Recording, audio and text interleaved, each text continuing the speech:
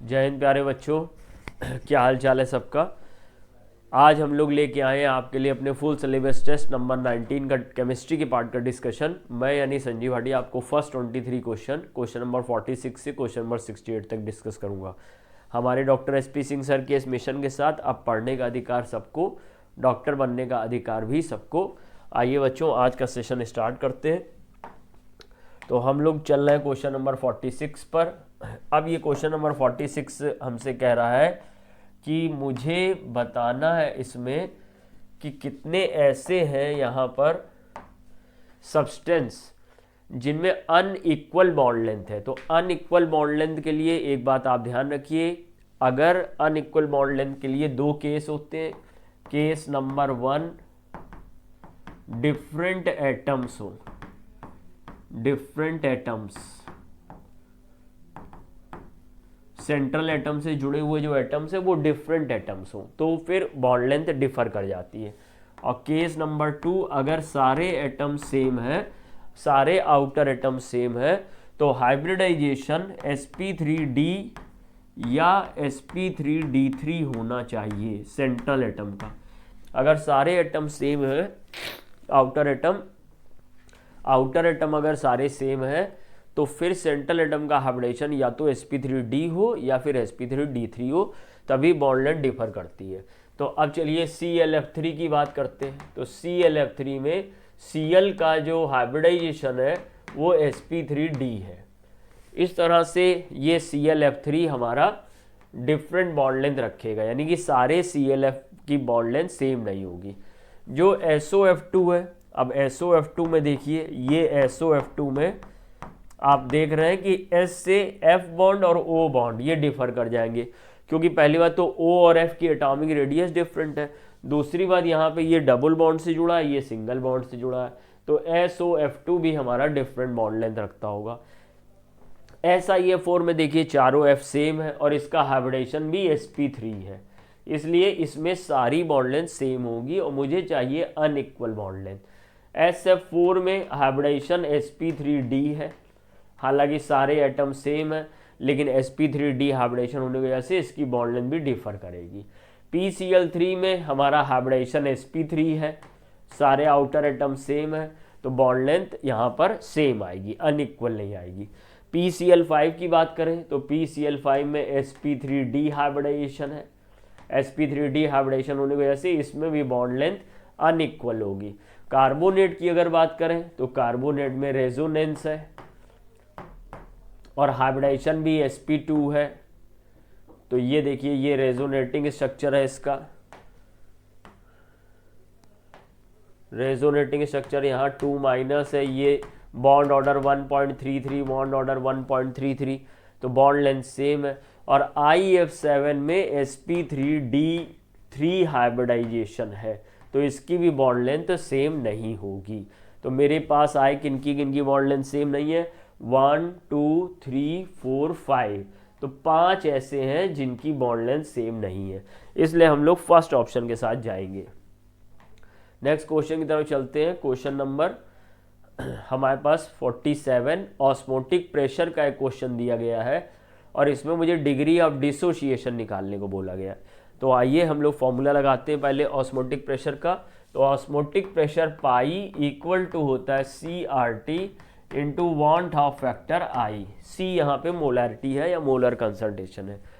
अब यहाँ पे पाई देखिए ऑस्मोटिक प्रेशर है, तो 15 ATM आ गया, मोलैरिटी 0.4 आ गई, R की वैल्यू 0.0821 आ जाएगा और T 300 है, और I पहले मुझे निकाल लेना है, तो I से ही हम लोग डिग्री ऑफ डिसोसिएशन निकाल पाएंगे।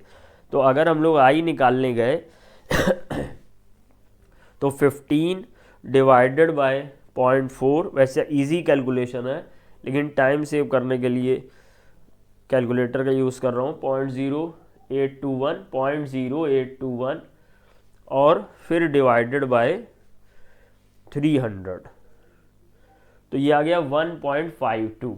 तो I इक्वल टू 1.52 आ रहा है यहाँ पे, ये हम लोग सही कर ले रहे हैं। ये 0.0821, 0.0821, तो ये I सॉल्व करके आया मेरे पास 1.52। अब I इक्वल टू हम लोग जानते हैं 1 प्लस n माइनस 1 अल्फा होता है, और जो n है वो नंबर ऑफ आयंस है जो हमारा सॉल्यूट बनाएगा। अब क्योंकि हमारा जो सॉल्यूट है वो एसिटिक एसिड है, ये वाटर में CH3 COO माइनस और H प्लस में ब्रेक करता है, यानी कि 2 आयन बनाता है, तो n का वैल्यू 2 होगा। अब यहाँ पे ये 1 को इधर ले आइए, तो 1.52 माइनस 1 और n की जगह पे 2 minus 1 alpha, so alpha equal to 0.52 आ जाएगा, और 0.52 सेकेंड ऑप्शन में गिवन है, इसलिए 47 का सेकेंड ऑप्शन सही होगा। क्वेश्चन नंबर 48 की तरफ चलते हैं। पूछ रहा है कि which of the following is not an example of maximum boiling point azeotrope. कौन मैक्सिमम बॉइलिंग पॉइंट एजियोट्रॉप नहीं है? तो पहले तो ये जान ले कि मैक्सिमम बॉइलिंग पॉइंट एजियोट्रॉप है क्या। ऐसे दो सब्सटेंस का सॉल्यूशन जो सेम बॉइलिंग पॉइंट पे इवापोरेट करें और अपने अपने इंडिविजुअल बॉइलिंग पॉइंट से ज़्यादा बॉइलिंग पॉइंट पे इवापोरेट करें, ज़्यादा टेम्परेचर पे इवापोरेट करें, तो ये कहलाता maximum boiling point azeotrope mixture. अब maximum boiling point azeotrope mixture generally देखा जाता है कि ऐसे दो सब्सटेंस का मिक्सचर देता है जो राउल्ट्स लॉ पे नेगेटिव डेविएशन शो करते हैं। तो अब देखना है कि कौन नेगेटिव डेविएशन शो नहीं करता। तो देखिए H2 और HCl नेगेटिव डेविएशन शो करते हैं, तो ये मैक्सिमम बॉइलिंग पॉइंट एजियोट्रॉप बनाएंगे। जो भी मिनरल एसिड है HCl, H2SO4, HNO3 वाटर में जब मिलाए जाते हैं तो राउल्ट्स लॉ पे नेगेटिव डेविएशन शो करते हैं। अब ये भी नेगेटिव डेविएशन शो कर रहा है, तो ये भी मैक्सिमम बॉइलिंग पॉइंट एजियोट्रॉप बनाएगा, लेकिन मुझे बताना है जो नहीं बनाएगा। क्लोरोफॉर्म और एसीटोन भी नेगेटिव डेविएशन शो करता है, नेगेटिव डेविएशन ये भी शो करेगा, तो ये भी मैक्सिमम बॉइलिंग पॉइंट बनाएगा। और ये जो मेथिल अल्कोहल एथिल अल्कोहल है, ये तो हमारा एक आइडियल सोल्यूशन बनाएगा, तो ये हमारा एजियोट्रॉपिक मिक्सचर भी नहीं बनाएगा और मैक्सिमम बॉइलिंग पॉइंट एजियोट्रॉपिक की तो बात ही खत्म हो गई। इसलिए सही ऑप्शन 4 हो जाएगा क्वेश्चन नंबर 48 का। क्वेश्चन नंबर 49 पे चलते हैं। कुछ स्टेटमेंट दिए गए हैं और उन स्टेटमेंट को पता करना है कि वो सही है कि गलत है। लिखा है PH5 and HCF3 minus do not exist, तो ये स्टेटमेंट सही है क्योंकि फॉस्फोरस का PH3 तो बनता, PH5 नहीं बनता, because H is the low electronegative element, तो it is incapable to unpaired the pairing electron of phosphorus, यानी कि 3s2 इलेक्ट्रॉन, तो ये 3s2 इलेक्ट्रॉन को अनपेयरिंग नहीं कर पाता, इस वजह से ये एग्जिस्ट नहीं कर पाता, तो ये स्टेटमेंट सही है। SO2 में 2 पाई बॉन्ड होते हैं, एक होता है p पाई d पाई, ये SO2 है देखिए, और SO2 में ये एक जो बॉन्ड है ये है p पाई, और ये एक जो बॉन्ड है ये है d पाई p पाई, तो ये बोल रहा p pi d pi bond present in SO2, so this one is the correct statement. HCF4 और CH4 सेम शेप है, ये गलत हो गया क्योंकि HCF4 स्क्वायर प्लेनर होता है, HCF4 is the square planar और CH4 इज द टेट्राहेड्रल, सब जानते हैं, इसलिए ये स्टेटमेंट गलत हो गया, सेम शेप है। I3 plus has bent geometry, ये भी सही लग रहा है मुझे। देखिए I पर अगर हम लोग ने एक प्लस चार्ज डाल दिया, I के वाइब्रेशन में 7 इलेक्ट्रॉन थे, अब 6 रह गए, और अब इसके चारों तरफ एक I और ले आइए, तो अभी इसके पास 2 लोन पेयर ऑफ इलेक्ट्रॉन बच गए, तो ये बेंट शेप या वी शेप आ जाएगा या एंगुलर शेप बोल देंगे, तो ये स्टेटमेंट भी सही है। तो मुझसे पूछा क्या था ट्रू स्टेटमेंट, तो A, B एंड D, इस तरीके से ऑप्शन नंबर 4 सही हो जाएगा, A, B एंड D, यानी कि ऑप्शन नंबर 4 सही हो जाएगा। नेक्स्ट क्वेश्चन की तरफ चलते हैं।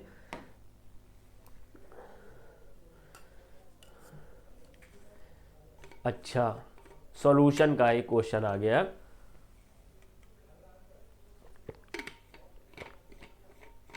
और मुझसे कहा गया कि दो लिक्विड है ए एंड बी, ठीक है पी ए नॉट, और रेशियो ऑफ 1:3 है, ratio number of moles of A and B liquid phase दिया हुआ है, यानी हमें प्योर स्टेट में प्रेशर का भी दिया गया है रेशियो और मोल का भी रेशियो दिया गया है लिक्विड स्टेट में, और मुझे वेपर फेज में निकालना है mole fraction of A R1 then mole fraction of A in vapour state. ठीक है, तो mole fraction of A in vapour state, तो फॉर्मूला मेरा ये लगेगा Y A, because mole fraction in vapour state को वाई से एक्सप्लेन करते हैं, equal to P A naught X A upon P A naught X A plus P B naught X B. अब चलिए डेटा पुटअप करते हैं। हम लोग ने पी ए नॉट देखिए क्या लिया गया है, पी ए नॉट 1:3 है तो इसको 1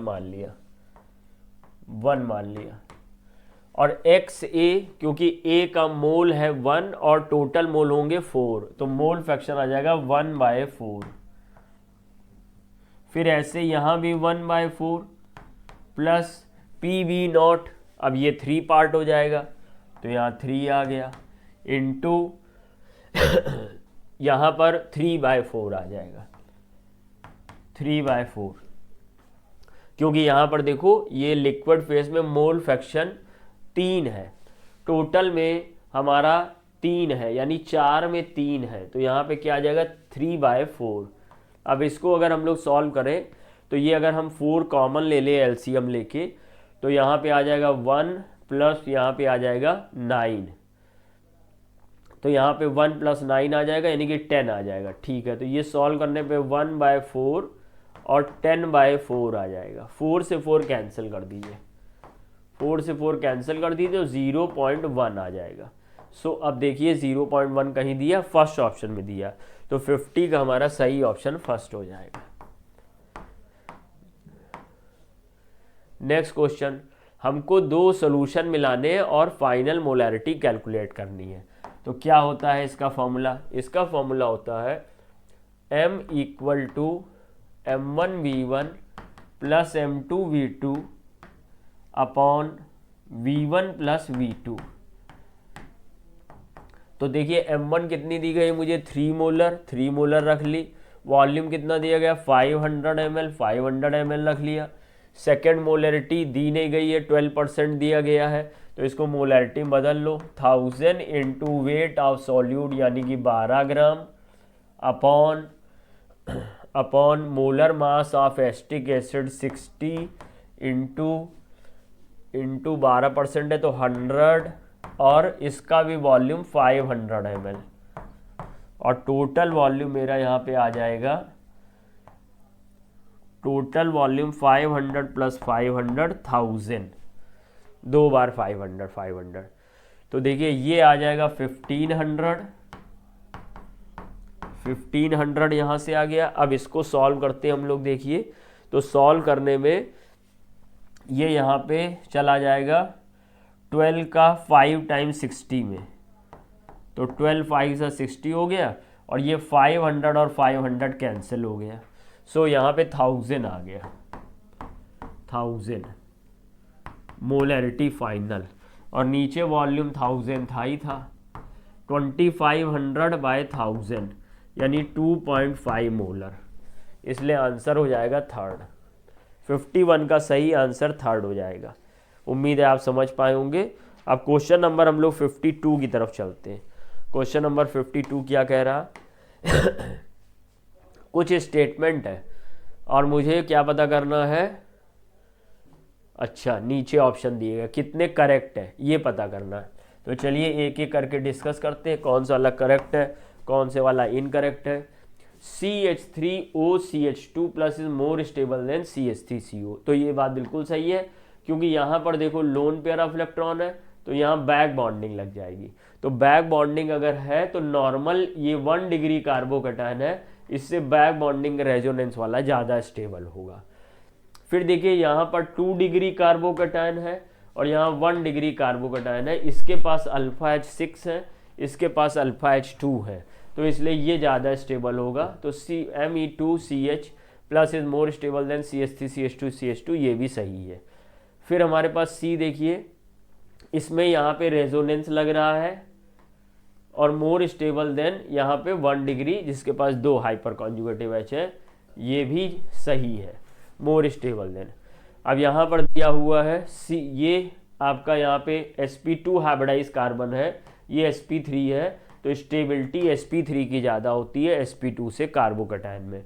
सो ये गलत है, तो मेरा जो सही ऑप्शन हुआ ABC correct, that means third option correct हो गया।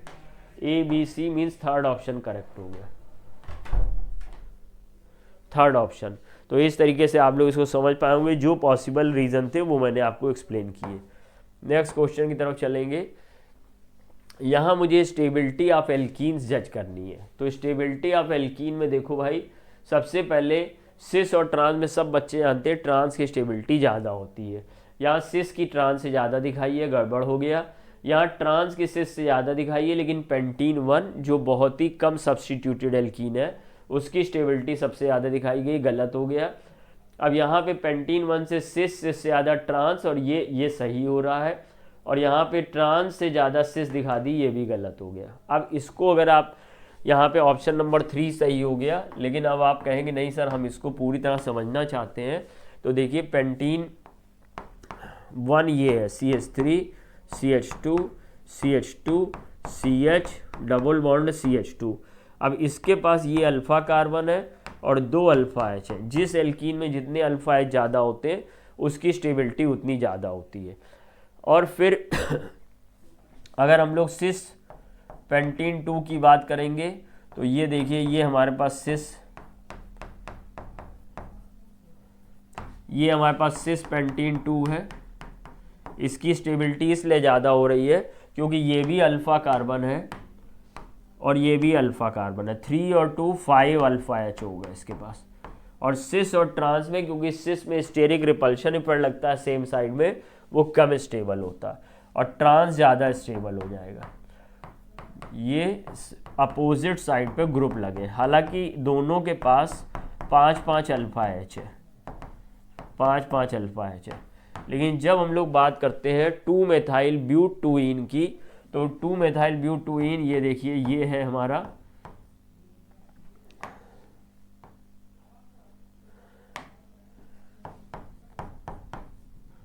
ये हमारा ब्यूटूइन है और इस पे ये यहाँ पे CH3 ग्रुप जुड़ा हुआ है।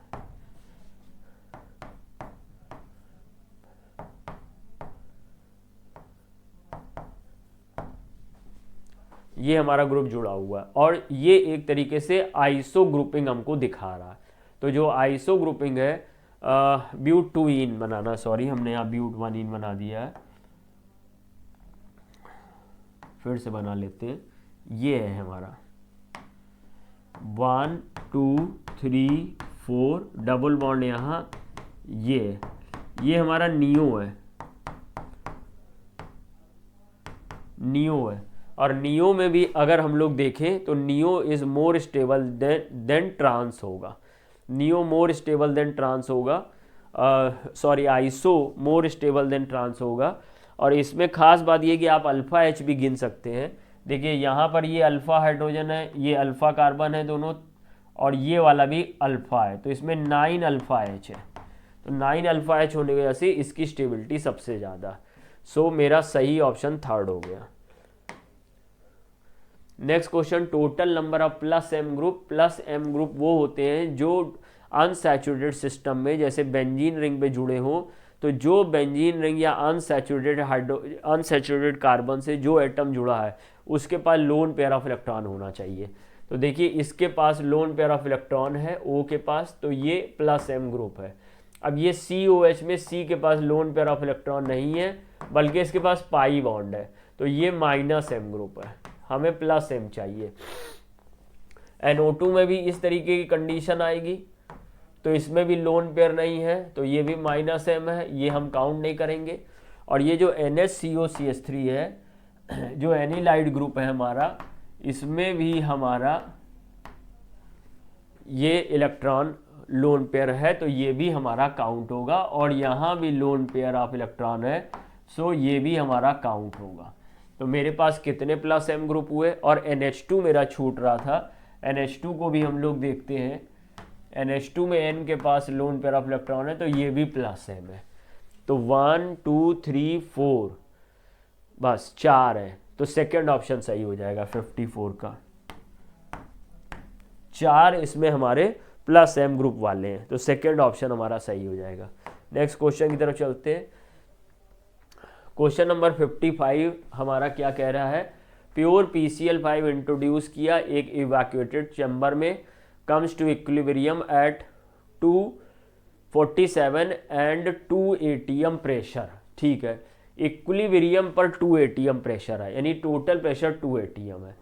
The equilibrium gaseous mixture contain 40% chlorine by volume. Okay, तो जो 40% क्लोरीन बाय वॉल्यूम है, तो वो बाय वॉल्यूम मतलब बाय मोल, और यही प्रेशर जनरेट करेगा। तो हम लोग यहाँ पर ये बात कर लेते हैं कि अगर यहाँ पर हमारा PCl5 का इक्विलिब्रियम पे प्रेशर डैश है, तो PCl3 के मोल और Cl2 के मोल बराबर है, तो ये भी P होगा, ये भी P होगा। और ये जो P है प्रेशर ये टोटल प्रेशर का 40% है, तो टोटल प्रेशर का 40% 0.8 atm है। इस तरीके से हम लोग ने ये देख लिया कि हमारे पास 2 atm में, अब हम लोग ये बात करेंगे कि जो हमारा पार्शियल प्रेशर ऑफ PCl5 होगा, वो टोटल प्रेशर 2 atm में प्रेशर ऑफ PCl3 और प्रेशर ऑफ Cl2 को सब्सट्रैक्ट करने के बाद मिलेगा।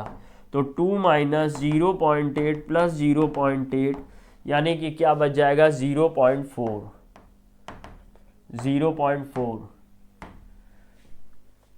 इस तरीके से हम लोगों ने तीनों का डाटा निकाल लिया। यहाँ पर लिख लेते हैं पार्शियल प्रेशर ऑफ Cl2 जो मुझे गिवन था 0.8 था, पार्शियल प्रेशर ऑफ Cl2 और PCl3 सेम होगा क्योंकि दोनों का मोलर कंसंट्रेशन सेम है, तो इसलिए 0.8 ये भी हो गया।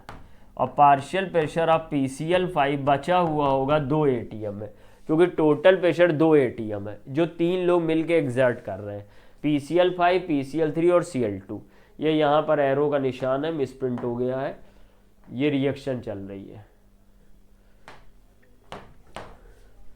तो अब मेरा जो प्रेशर ऑफ PCl5 है वो 0.4 है।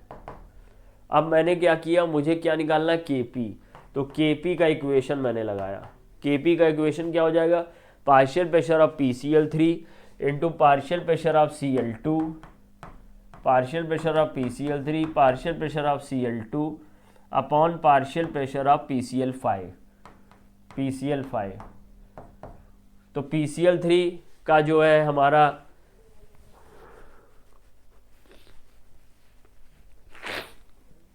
.8 है और ये भी 0.8 है और ये 0.4 है, तो ये 2 टाइम्स चला जाएगा,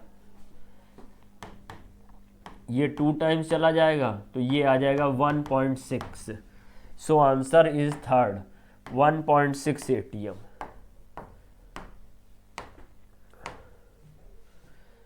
मैच द फॉलोइंग एनर्जी किस में रिलीज हो रही है। अब S से S माइनस बन रहा है तो एनर्जी रिलीज होएगी, क्योंकि ये first electron gain enthalpy mostly exothermic in nature होता है, बेरिलियम, मैग्नीशियम और नाइट्रोजन और नोबल गैसेस को छोड़कर। अच्छा, जैसे तुम लोग जानते हो नाइट्रोजन की first electron gain enthalpy positive होती है, तो नाइट्रोजन से N माइनस अगर बनता तो यहाँ पे प्लस आता, लेकिन N माइनस से N बनेगा तो यहाँ माइनस आएगा, तो एनर्जी इसमें भी रिलीज होगी। क्या माइनस आएगा, डेल्टा H। N से N माइनस बनना यानी फर्स्ट इलेक्ट्रॉन गेन एंथैल्पी हमारी पॉजिटिव वैल्यू होती है, तो जब N से N माइनस बनता है तो डेल्टा H पॉजिटिव आता है इस साइड। और अगर आपने इस रिएक्शन को रिवर्स ऑर्डर में लिखा तो इस साइड डेल्टा H निगेटिव आएगा, यानी एनर्जी रिलीज होगी। ये लाप्लास रूल से हम लोग समझ सकते हैं। तो यहाँ पर दो पॉसिबिलिटी हो गई, A का P भी मैच होगा और S भी मैच होगा। अब यहाँ पर देखो A का PS 3 जगह मैच है, तो अभी इससे फैसला नहीं हो पाया। फिर आ रहा एनर्जी एब्जॉर्ब किस में होगी, जब भी कभी प्रोडक्ट साइड पर 2 या 2 से ज़्यादा माइनस का हो तो एनर्जी एब्जॉर्ब होती है, तो क्यू में एनर्जी एब्जॉर्ब होगी। दूसरी बात आप यहाँ पर देखिए कि SR से SR2 प्लस बना रहे हैं, फर्स्ट आयनेशन एनर्जी या सेकंड आयनेशन एनर्जी या न्यूट्रल से इलेक्ट्रॉन निकालोगे और प्लस चार्ज बढ़ेगा तो वो भी एनर्जी रिलीज होगी, तो B का Q और R 2 हो जाएगा, तो B का Q R केवल सेकेंड ऑप्शन में दिया हुआ, इसलिए 56 का सही जो आंसर हो जाएगा वो सेकेंड ऑप्शन हो जाएगा। बाकी आप सब मिला सकते हैं, आसान है। Inert gas configuration is achieved, inert gas configuration देखो स्ट्रॉन्शियम 2 प्लस बनेगा, स्ट्रॉन्शियम सेकेंड ग्रुप का है, +2 चार्ज बनेगा, तो समझ जाओ कि नोबल गैस कॉन्फ़िगरेशन मिल जाएगा।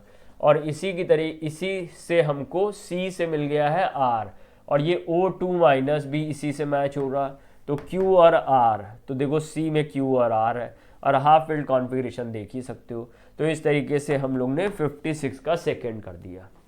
क्वेश्चन नंबर 57 में चलते हैं। The value of ionic product, the value of ionic product constant for water KW 60 degree Celsius. जैसा हम लोग जानते हैं वाटर का KW टेम्परेचर डिपेंडेंट होता है, और टेम्परेचर बढ़ाने पे KW का वैल्यू बढ़ता है। तो देखो पहले तो जब 25 डिग्री सेल्सियस पे KW का वैल्यू हम लोग जानते हैं, KW इक्वल टू होता है 1 × 10⁻⁻14 एट 25 डिग्री सेल्सियस, और उस समय H प्लस बराबर होता था √KW, यानी कि √10⁻⁻14 यानी कि 10⁻⁻7। तो भैया उस समय H प्लस 10⁻⁻7 आता था। आज इसने वैल्यू बदल दी है और मुझे यही चीज़ 60 डिग्री सेल्सियस पर देती है। तो जब 60 डिग्री सेल्सियस पे यही सेम फॉर्मूला लगाऊंगा, H plus equal to √KW, तो मुझे मिल जाएगा √9.6 × 10⁻⁻14। अब 9.6 देखो 3 3 सा 9 होता है, तो अप्रॉक्सीमेट यहाँ ऑप्शन देख ले सब 3.1 है, तो 3.1 × 10⁻⁻7 H प्लस आ जाएगा, H प्लस 7 आ जाएगा। तो देखो 3.1 10⁻⁸ गलत, 3.1 10⁻8 गलत, अब 3.7 3.7 2 आ गए। अब इसमें आगे भी क्वेश्चन है और कह रहा है nature of an aqueous solution with pH equal to 7। अगर 60 डिग्री सेल्सियस पे कोई एक ऐसा सॉल्यूशन उसका pH 7 है, तो बताइए उसका नेचर क्या होगा, न्यूट्रल होगा, बेसिक होगा, एसिडिक होगा। तो हम लोग पहले इससे नॉर्मल pH निकाल लेते हैं KW के अकॉर्डिंग। तो pH इक्वल टू मेरे पास आ जाएगा -log H प्लस, तो ये आ जाएगा माइनस, और हम लोग इसका शॉर्टकट मारेंगे तो शॉर्टकट मारने पे क्या आ जाएगा 7 माइनस log 3.1, 7 माइनस log 3.1। अब log 3 ही अप्रॉक्सीमेट मान लो 0.4771, तो 7 माइनस 0.477 की जगह 0.5 ही मान लेते हैं। तो मुझे जो pH मिला 6.5 मिला, जिस पे न्यूट्रल होगा, यानी कि ये वाटर का pH है 60 डिग्री सेल्सियस पे। तो जो 7 वाला है वो 6.5 से ज़्यादा है, यानी अल्कलाइन हो जाएगा, बेसिक हो जाएगा। तो इसलिए फोर्थ ऑप्शन सही हो जाएगा। 3.1 × 10⁻⁻7 वैल्यू निकाल ली H प्लस की, और साथ में बेसिक बता दिया कंपैरेटिव टू जो 7 वाला। देखिए अब ये सब दिया गया, बताना है कि E1 E2 E3 क्या है। तो देखो x माइनस से x बनाया E1 बना, तो वो ये कह रहा है E1 क्या है। तो E1 अब x माइनस से x बना रहा हो, तो E1 हमारे पास दो हम तरह से कह सकते हैं, या तो E1 जो वैल्यू है वो हमारी first ionization enthalpy of x minus है, क्योंकि हमने इससे इलेक्ट्रॉन निकाला तो न्यूट्रल हो गया। तो ionization enthalpy of x minus तो कोई ऑप्शन ही नहीं है, तो मैच नहीं होगा। अगर लाप्लास रूल से इसको रिवर्स ऑर्डर में लिखें तो x जब x माइनस में बदलेगा तो ये first electron gain enthalpy of हमारी x है और इलेक्ट्रॉन गेन एंथैल्पी की जगह पे हम इसको कह सकते हैं, क्योंकि पॉजिटिव साइन से रिप्रेजेंट कर रहे हैं, तो इलेक्ट्रॉन एफिनिटी भी कह सकते हैं। तो इलेक्ट्रॉन एफिनिटी आप ये x है, यहाँ से आप भैया ये देखो यहाँ से यहाँ जाओगे तो आयनाइजेशन एनर्जी होगी, और यहाँ से यहाँ जाओगे तो -E इलेक्ट्रॉन गेन एंथैल्पी होगी। और इलेक्ट्रॉन गेन एंथैल्पी का पॉजिटिव साइन क्या होता है? इलेक्ट्रॉन एफिनिटी, तो +E इलेक्ट्रॉन एफिनिटी होगी। तो E1 भैया मेरी इलेक्ट्रॉन एफिनिटी है किसकी? x की, x की इलेक्ट्रॉन एफिनिटी है। तो E1 x की इलेक्ट्रॉन एफिनिटी है और वो ये हो गया सेकेंड, तो हमारा PE1 है सेकेंड मिल गया। तो ये हो सकता है या ये हो सकता है। अब E2 के बारे में गए तो E2 देखो x से इलेक्ट्रॉन निकालना है, तो आयनाइजेशन एंथैल्पी ऑफ x है, तो ionization enthalpy of x E2 ये तीसरा मिल गया, यहाँ पे 1 है, इसलिए हमारा सही ऑप्शन कौन सा हो गया? फर्स्ट हो गया। और इसी तरीके से आप आगे भी समझ सकते हैं। Simple formula, cell constant L/A होता है, तो A को मिल जाएगा सेकेंड, A को सेकेंड मिल जाएगा, दो जगह आगे बढ़ेंगे। Conductivity K equal to 1/R into L/A होता है, तो 1/R इंटू L/A। और अगर ये नहीं मिलेगा तो कंडक्टिविटी K 1/ρ होता है, तो 1/ρ यानी कि फर्स्ट में है, तो B का फर्स्ट हो गया, A का सेकंड, B का फर्स्ट, दो जगह आगे बढ़ गए। रेजिस्टेंस R को हम लोग देख सकते हैं, R को अगर इस वाले फॉर्मूले से निकाले तो R इक्वल टू K और L/A G, तो C इक्वल टू 4, तो C इक्वल टू 4 यानी कि सेकंड ऑप्शन हमारा चॉइस में आ गया। सारे फॉर्मूले मैच करने के बाद हम लोग ने मैच कर लिया है सेकंड ऑप्शन। देख लीजिएगा, बताइएगा कि क्या आपका भी ऐसा आया था, एनालाइज करते रहिए। Conversion CH3CN CH3C triple bond N, इसका हम लोग ने रिएक्शन कराया या तो हाइड्रोजन के साथ कराएं निकिल कैटालिस्ट की प्रेजेंस में, या फिर सोडियम अमलगम को अल्कोहल के साथ ले ले। ये दोनों रिड्यूसिंग एजेंट है, तो ये लोग H निकालेंगे, और H निकालेंगे तो ये वाला बॉन्ड हमारा कटेगा, यहाँ से दो बॉन्ड ब्रेक हो जाएंगे, तो 2H इसको मिल जाएंगे, 2H इसको मिल जाएंगे। तो सर आपको मिल जाएगा यहाँ पे एक एमीन CH3 CH2 NH2, और इस एमीन का नाइट्रेशन कराएंगे HNO2 से, तो HNO2 को हम ऐसे लिख ले रहे हैं, N यहाँ, डबल बॉन्ड O यहाँ, OH यहाँ, और ये कट कर देते हैं यहाँ से रिएक्शन कराते समय। तो मुझे फाइनली प्रोडक्ट में क्या मिल जाता है?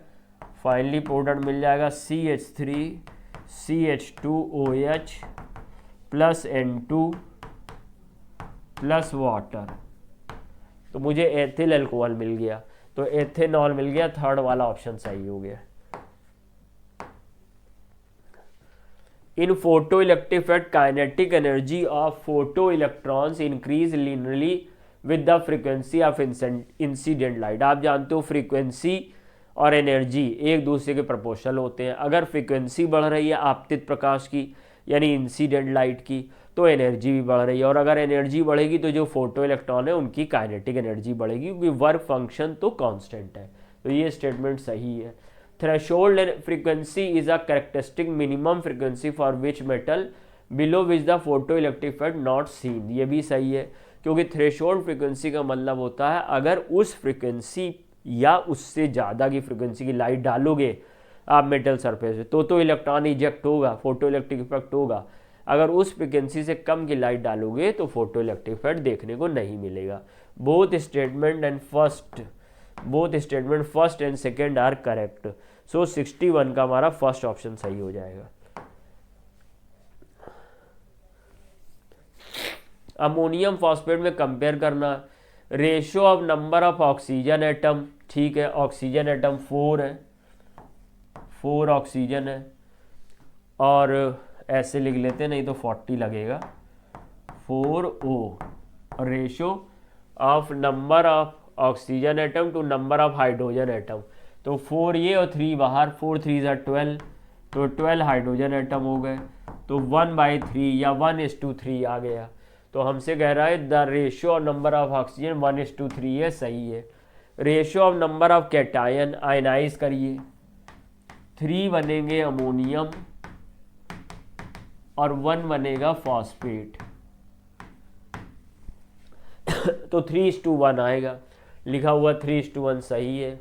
Ratio of number of gram atom of nitrogen, gram atom means होता है मोल, तो यहाँ पर देखो मोल कितने हैं नाइट्रोजन के, 3। Two gram atom of oxygen, oxygen के मोल कितने हैं यहाँ पे 4 ऑक्सीजन है, 3 मोल नाइट्रोजन के, 4 मोल ऑक्सीजन के। तो ये तो हमारा भैया हमको गलत लग रहा है, यहाँ 3:2 आ गया और यहाँ पर 3:4 है, तो गलत हो गया। Total number of atom in 1 mole of ammonium phosphate is 20। तो आइए देखिए 3n है, 3n हो गए, 4 3 12h हो गए, 12h हो गए, और P1 हो गया, 1P हो गया, ऑक्सीजन के 4 हो गए, 4 ऑक्सीजन हो गए, कितना आया 12 और 12H है ना, ये 12H प्लस 1P, तो 12 3 15 16 4 20, तो ये 20 एटम्स हुए हैं इन 1 मॉलिक्यूल, लेकिन यहाँ तो 1 मोल पूछा गया है, तो 1 मोल में कितने हो जाएंगे 20 Na, और यहाँ केवल 20 लिखा है तो गलत हो गया, इसलिए A और B दो सही हुए, इसलिए सही ऑप्शन कौन सा हो जाएगा 4th। क्वेश्चन नंबर 62 का हम लोग 4th ऑप्शन सही करेंगे। क्वेश्चन नंबर 63 देखिए, sodium atom 5.3 gram sodium carbonate किसके बराबर है। तो चलिए पहले हम लोग यहाँ पर निकालते हैं, सबसे पहले हम लोग निकालते हैं मोल ऑफ सोडियम कार्बोनेट। तो mole of sodium carbonate weight upon molar mass, weight upon molar mass, तो वेट अपॉन मोलर मास में ये आ जाएगा 1/20, 1/20, और इसमें जो नंबर ऑफ सोडियम है, एक सोडियम कार्बोनेट में 2 Na है, तो 1/20 इंटू 2 और Na एवोगैड्रो नंबर, तो इसलिए ये आ गया 0.1 Na। तो जिसमें 0.1 Na होगा वो इससे मैच होगा। 4 ग्राम NaOH, तो 4/40 Na यानी 0.1 Na सही है। 5.85 ग्राम NaCl, wait upon molar mass into Na, और यहाँ पे एटॉमिसिटी 1 है यानी कि 0.1 Na, ये भी सही हो गया। 0.25 मोल ऑफ Na2SO4, तो 0.25 इंटू Na2SO4 के 2 Na, 0.5, तो ये नहीं हो पाएगा। 5.6 ग्राम ऑफ अमोनियम फॉस्फेट भी निकाल लीजिएगा, और कोई ऐसा ऑप्शन नहीं मिल रहा जिसमें A B और D हो साथ में, तो A और B करेक्ट है, यानी कि 3rd ऑप्शन करेक्ट हो जाएगा। तो 63 का हम लोग को ऑप्शन नंबर 3rd सही माने। वेव फंक्शन यानी कि साई एक मैथमेटिकल फंक्शन है जिसकी वैल्यू एनसीईआरटी की लाइन है, डिपेंड करती है 3 कोऑर्डिनेट्स पर, एक्स वाई जेड पर, और इसका कोई फिजिकल मीनिंग नहीं होता है। तो the coordinates of electron in the atom does not carry any physical meaning. A के साथ एस बनेगा, ए के साथ एस 2 जगह।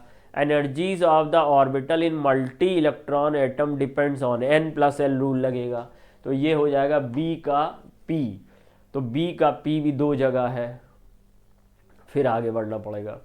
N orbital of smaller size means यानी न्यूक्लियस के पास है, तो न्यूक्लियस के पास यानी एनर्जी कम होगी, इलेक्ट्रॉन डेंसिटी ज़्यादा होगी तो more chance of finding electron near the nucleus, तो सी का क्यू हो जाएगा। तो सी का क्यू हो गया, दैट मीन्स फर्स्ट हमारा सही हो गया। और the number of sublevel in principal shell, यानी कि आपका शेल नंबर n से रिप्रेजेंट करते हैं। तो वो तो सिंपल हो गया बिल्कुल। Question number 65, the effect of temperature on equilibrium constant is given by van't Hoff equation. आपने पढ़ा है K equal to AE minus EA upon RT, ये बॉन्ट-हाफ इक्वेशन है और टेम्परेचर का इफेक्ट K पर दिखाता है, तो ये चीज़ सही है। Burnt-half equation log K1 by K2 delta H 2.303 R T2 minus T1 T2 होगा शायद यहाँ पे, ये भी ना हो तो ये 2 यहाँ होना चाहिए, 1 यहाँ होना चाहिए, क्योंकि K2 बाई K1 होना चाहिए। इसलिए स्टेटमेंट सेकंड गलत है। तो स्टेटमेंट फर्स्ट करेक्ट है, स्टेटमेंट सेकंड इनकरेक्ट है, यानी कि सेकंड ऑप्शन यहाँ पे होना चाहिए। नेक्स्ट क्वेश्चन की तरफ चलते हैं। क्वेश्चन नंबर हमारे पास आ रहा है क्वेश्चन नंबर 66। Question number 66। अब क्वेश्चन नंबर 66 में देखिए क्या क्वेश्चन दे रहा है आपको।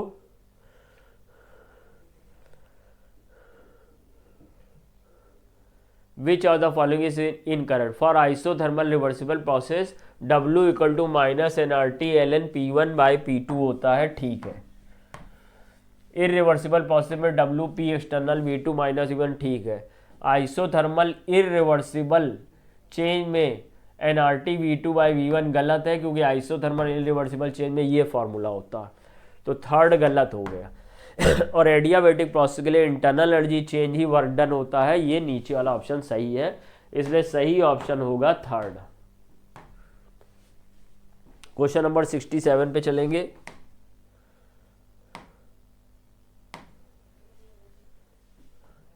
If both delta H naught and delta S are positive then reaction will be spontaneous at high temperature, ये सही है, क्योंकि डेल्टा H पॉजिटिव होगी तो प्रोसेस एंडोथर्मिक होगा, तो ये रिएक्शन स्पॉन्टेनियस होगी हाई टेम्परेचर पे। All process with positive entropy change are spontaneous, गलत। अगर एंट्रोपी चेंज पॉजिटिव है और डेल्टा H निगेटिव है तो स्पॉन्टेनियस हो जाएगा, लेकिन अगर डेल्टा एस पॉजिटिव है और डेल्टा H भी पॉजिटिव है और टेम्परेचर लो है तो प्रोसेस नॉन स्पॉन्टेनियस हो जाएगा। इसलिए हमारा सेकेंड स्टेटमेंट सही नहीं है, statement first is correct, statement second is incorrect. Second statement के साथ जाएंगे क्वेश्चन नंबर 67 में। अब क्वेश्चन नंबर, तो इस तरह से बच्चों मैंने अपने पार्ट के क्वेश्चन आपको डिस्कस किए, उम्मीद है आप समझ पाए होंगे। थैंक यू, जय हिंद जय भारत। देखिए बेटा क्वेश्चन नंबर 68, दो स्टेटमेंट बेटा दिए हैं, given below are two statement, one is assertion other is reason. Average oxidation number of sulphur in sodium tetrathionate is 2.5। बिल्कुल बेटा सही स्टेटमेंट है ये, ठीक। और इसका रीजन उन्होंने दिया है 2s atom are not directly link with O atom, ये भी बेटा सही है। अगर आप इसका स्ट्रक्चर देखोगे, अभी मैं एनसीईआरटी में आपको दिखा रहा हूं, तो ये बेटा इसका स्ट्रक्चर है।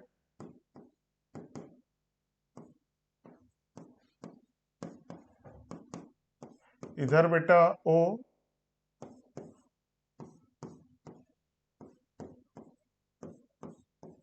ये बेटा इसका स्ट्रक्चर है। तो देखो ये, सॉरी ये गलत बन गया थोड़ा, देखो बेटा क्या लिख रहा है reason, 2s atom are not, 4 sulphur है, देखो इधर बेटा ऑक्सीजन से लिंक है, इधर ऑक्सीजन से लिंक है, देखो ये बेटा सल्फर से लिंक है।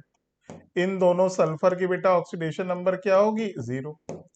अब अगर इसकी आप निकालोगे तो बेटा क्या आएगी, +5, इसकी बेटा क्या आएगी, +5, तो एवरेज निकालोगे तो 2 सल्फर की बेटा +5 है, 2 सल्फर की बेटा 0 है, एवरेज निकालोगे तो 10/4 यानी बेटा 5/2। तो बेटा इसका रीजन असर्शन भी सही है, रीजन भी सही है, और बेटा ऐसे क्वेश्चन करने के लिए आपको बेटा कंपाउंड का स्ट्रक्चर मालूम होना चाहिए। तो एटलीस्ट उन कंपाउंड का तो बेटा मालूम ही होना चाहिए जिनका स्ट्रक्चर बेटा एनसीईआरटी में दिया है, Br3O8 का दिया है। C3O2 का दिया हुआ है, और बेटा आपका ये वाला कंपाउंड Na2S4O6 का दिया है। फिर उसी में देखोगे पैराग्राफ में नीचे बेटा Fe3O4 के बारे में बताया, Mn3O4 के बारे में बताया। तो एटलीस्ट जो बेटा एनसीईआरटी में स्ट्रक्चर दिए उनका तो आपको एकदम स्ट्रक्चर याद होना चाहिए। देखिए मैं एनसीईआरटी आपको दिखा रहा हूं, देखिए C3O2, ठीक बेटा इस कार्बन की एक्चुअल +2 0 +2 एवरेज 4/3। ये आपका बेटा क्वेश्चन था, देखो +5 +5 0 0 एवरेज 5/2। ये आपका Br3O8 है, ये भी बेटा नीट में पूछा जा चुका है। इसकी बेटा कितनी होगी, +6 +6 +4, टोटल बेटा तीनों की कितनी होगी, 12 4 16 और 16/3। तो बेटा ये तीन स्ट्रक्चर तो आपको याद होने ही चाहिए। अगला देखिए, time required for 93.75% completion is twice the time required for। तो ये बेटा फर्स्ट ऑर्डर के लिए स्टेटमेंट पहला बिल्कुल सही है। आपको मालूम होना चाहिए फर्स्ट ऑर्डर की हाफ लाइफ 0.693/K होती है। बेटा ये डाटा याद रखिए, T75% 2 हाफ लाइफ होती है, T87.5% 3 हाफ लाइफ होती है, और T93.75% 4 हाफ लाइफ होता है।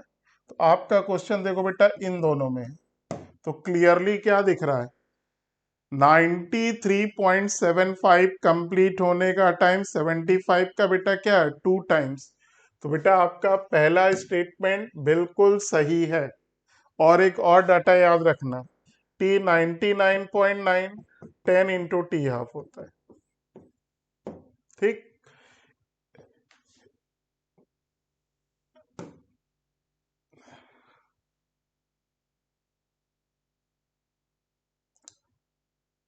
ये बेटा सेकंड ऑप्शन यहाँ पर मिसप्रिंट है, मैं देख के बता रहा हूँ क्या है सेकंड ऑप्शन।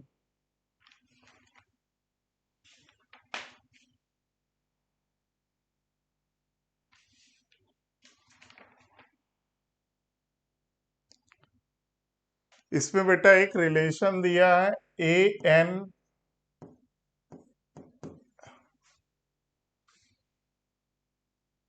नहीं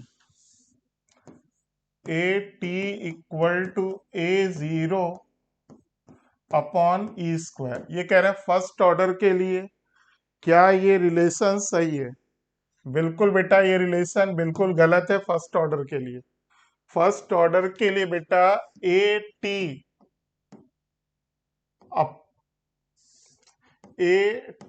इक्वल टू होता है A0e⁻⁻KT होता है। इसी को बेटा हम लोग पढ़ते हैं K equal to 2.303/T log A/A-X। तो बेटा ये स्टेटमेंट गलत है। Rate of reaction exothermic increases with rise in temperature बेटा सही है, चाहे रिएक्शन एक्सोथर्मिक हो या बेटा एंडोथर्मिक, टेम्परेचर बढ़ाने पर रेट कांस्टेंट या रेट ऑफ रिएक्शन बढ़ता है। हाँ अगर इक्विलिब्रियम कांस्टेंट की बात करता तो बेटा अलग बात होती। एंडो एक्सो का मतलब इक्विलिब्रियम कांस्टेंट में होता है, रेट कांस्टेंट या रेट में नहीं होता। तो चाहे रिएक्शन एंडो हो या एक्सो, टेम्परेचर बढ़ाने पर रेट ऑफ रिएक्शन इंक्रीज करता है। फिर D, lower is the activation energy of reaction, higher is temperature coefficient. Temperature coefficient mu बेटा मोस्ट ऑफ द रिएक्शन का 2 to 3 होता है, इसका एक्टिवेशन से कोई लेना देना नहीं है, ठीक है ना। तो चौथा स्टेटमेंट बेटा गलत है। तो सही कौन सा है, पहला। सही कौन सा है, तीसरा। गलत कौन सा है, सेकेंड एंड फोर्थ। अब जरा देखो सही पूछा या गलत, गलत पूछा है बेटा, इनकरेक्ट। तो इनकरेक्ट में कौन आएगा, बी और डी। नेक्स्ट देखिए बेटा, तो ये देखो फर्स्ट ऑर्डर के जीरो ऑर्डर का इन्होंने डिफाइन किया है। फर्स्ट ऑर्डर का। Cell potential becomes half if the cell reaction is divided by 2। गलत। देखो बेटा, सेल वोल्टेज जो होता है, सेल पोटेंशियल या सेल वोल्टेज बेटा इंटेंसिव प्रॉपर्टी होती है, मास इंडिपेंडेंट, साइज इंडिपेंडेंट। और जो बेटा साइज इंडिपेंडेंट होती है वो स्टाइकियोमेट्री पे डिपेंड नहीं करती। ठीक। अगर बेटा किसी रिएक्शन का डेल्टा एच दिया है तो एनर्जी बेटा एक्सटेंसिव है, 2 से डिवाइड करते हैं तो बेटा वहां पर आपका एनर्जी भी डिवाइड हो जाती है, मल्टीप्लाई करते मल्टीप्लाई हो जाती है। लेकिन सेल पोटेंशियल, सेल पोटेंशियल या फिर बेटा जैसे ये आपका Zn gives Zn double plus plus 2 electron, इसका E नॉट ऑक्सीडेशन होता है प्लस 0.76 वोल्ट। अगर हम इसको बेटा 2 से डिवाइड कर देंगे तब भी बेटा E नॉट ऑक्सीडेशन वही रहेगा, ये बेटा चेंज नहीं होता क्योंकि ये इंटेंसिव प्रॉपर्टी। ठीक। तो पहला भी सही, sorry, the cell potential become half if the cell reaction divide by 2। गलत। सेल पोटेंशियल स्टाइकियोमेट्री पे डिपेंड नहीं करता क्योंकि ये एक्सटेंसिव प्रॉपर्टी है। और यहां बेटा क्या लिखा, इंटेंसिव। दोनों स्टेटमेंट गलत है। Statement 1 and 2 both are incorrect. Answer बेटा फर्स्ट। ये बेटा आई थिंक 2022 या 2023 में पूछा गया था, सेल पोटेंशियल एक्सटेंसिव है या इंटेंसिव है।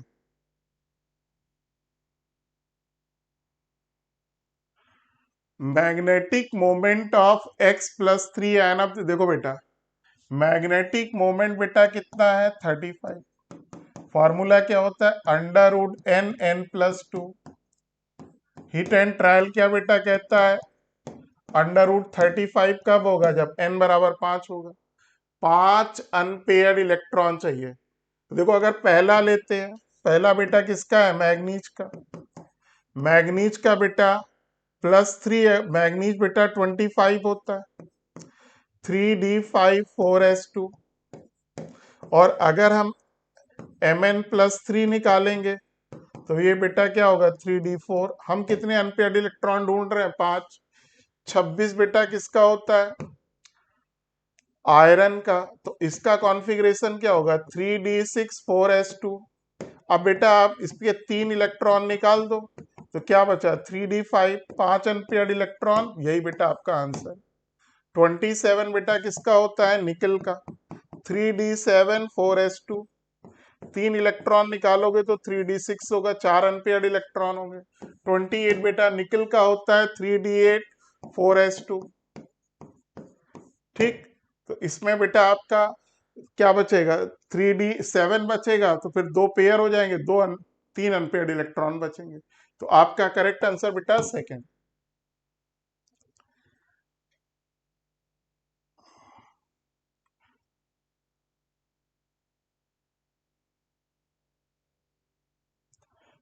देखिए ये फार्मूला है, म्यू बराबर under root n n plus 2। NCERT की लाइन है आपकी। फिर how many total element from the following not transition.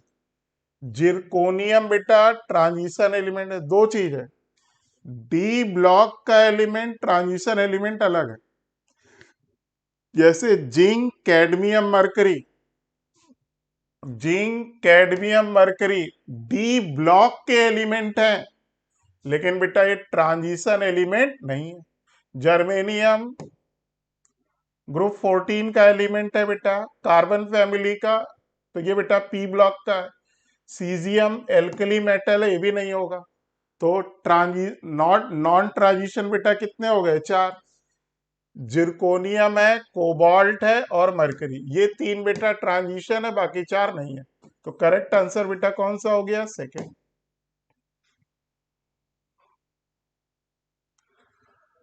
The incorrect option for the statement is the equation. ये जो इक्वेशन है बेटा सेकेंड आयनाइजेशन एनर्जी को रिप्रेजेंट कर रही, गलत। सेकेंड आयनाइजेशन एनर्जी मतलब दूसरा इलेक्ट्रॉन निकल रहा। जब पॉजिटिव चार्ज आयन से दूसरा इलेक्ट्रॉन निकलेगा उसको सेकेंड आयनाइजेशन एनर्जी कहते हैं। तो ये सेकेंड आयनाइजेशन एनर्जी को रिप्रेजेंट कर रहा है। ये बेटा गलत है आपका। Second IP of an element is lower than the first. देखो बेटा, जनरली, ऑलवेज नहीं, generally second ionisation energy first से ज्यादा होती है क्योंकि सेकेंड वाला पॉजिटिव चार्ज से निकल रहा है। फिर थर्ड वाली बेटा सेकेंड से ज्यादा होती है, फोर्थ वाली बेटा थर्ड से ज्यादा होती है। लेकिन ये वर्ड जनरली है। जैसे एल्कली मेटल है सोडियम, सोडियम की पहली आयनाइजेशन एनर्जी बहुत कम होगी, दूसरी बहुत ज्यादा होगी, फिर तीसरी बेटा E1 से ज्यादा होगी लेकिन E2 से कम होगी। तो सोडियम अगर देखोगे तो क्या होगा, E2 greater than E3 greater than E1 होगा। ठीक, तो ये स्टेटमेंट बेटा जनरल वे में बेटा बिल्कुल सही है। एक दो एक्सेप्शन छोड़ दो तो स्टेटमेंट सही है। ठीक, तो पहला गलत, एक दो एक्सेप्शन छोड़ दें तो दूसरा बेटा सही है। फिर देखो Cl माइनस, आप सबको मालूम है इलेक्ट्रॉन एफिनिटी का रिवर्स क्या होता है, आयनाइजेशन एनर्जी। तो देखो Cl प्लस एक इलेक्ट्रॉन लेके बेटा Cl माइनस बनेगा। ठीक, और तो इसकी इलेक्ट्रॉन, इसको क्या बोलते हैं, इलेक्ट्रॉन एफिनिटी। ये बेटा लगभग 349 होती है किलो जूल। ठीक, तो अगर इसको उल्टा करें तो Cl minus give Cl plus एक इलेक्ट्रॉन, ये आयनाइजेशन एनर्जी हो गई। ये बेटा क्या हो, +349। फिर देखो बेटा F प्लस एक इलेक्ट्रॉन लेके F माइनस बनाता है। ये बेटा इलेक्ट्रॉन एफिनिटी, आपको मालूम है फ्लोरीन की इलेक्ट्रॉन एफिनिटी बेटा क्लोरीन से कम होती है क्योंकि इलेक्ट्रॉन जब ऐड करते हैं फ्लोरीन का साइज छोटा है, चार्ज डेंसिटी ज्यादा, तो बेटा रिपल्सन होता है। तो इसकी इलेक्ट्रॉन एफिनिटी लगभग -330 के आसपास होती है। करेक्ट वैल्यू देखे जरा,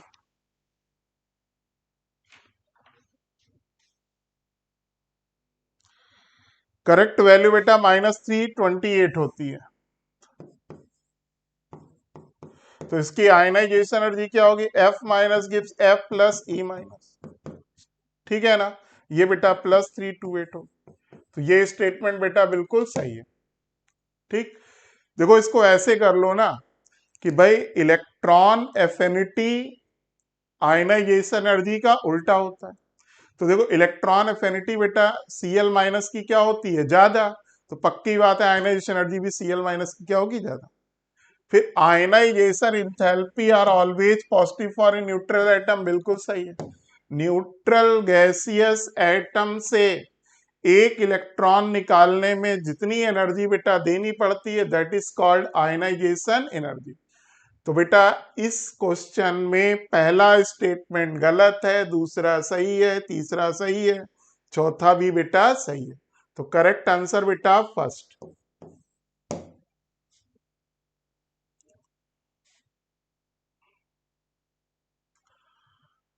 फिर देखो मैचिंग करनी है बेटा, chlorine highest electron gain enthalpy, तो बी का बेटा सेकंड हो गया।